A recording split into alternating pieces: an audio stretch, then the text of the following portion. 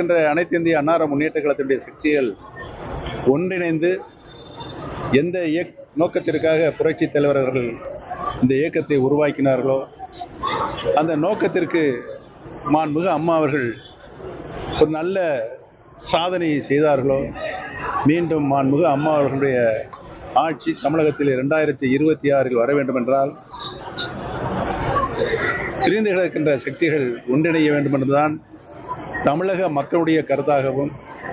அனைத்து இந்திய அன்னார முன்னேற்ற கழகத்தினுடைய அடிப்படை தொண்டர்களுடைய கருத்தாகவும் இன்றைக்கு இருக்கிறது என்பதை நான் தெரிவித்துக் கொள்கிறேன். அவரவர்கள் மனதில் இருக்கின்ற ஈகோன்னு சொல்லுவாங்கல்ல, அந்த ஈகோவெல்லாம் உதறி தள்ளிவிட்டு நம்முடைய தலைவர்கள் காட்டிய வழியில் செல்ல வேண்டும் என்றால் மீண்டும் மாண்புமிகு அம்மா அவருடைய ஆட்சி தமிழகத்திலே மலர வேண்டும் என்றால் இந்த ஈகோ பிடித்து இருக்கின்ற தலைவர்களெல்லாம் தங்களுடைய ஈகோவெல்லாம் விட்டு கொடுத்து கழக நலன் கருதி ஒன்றிணைந்து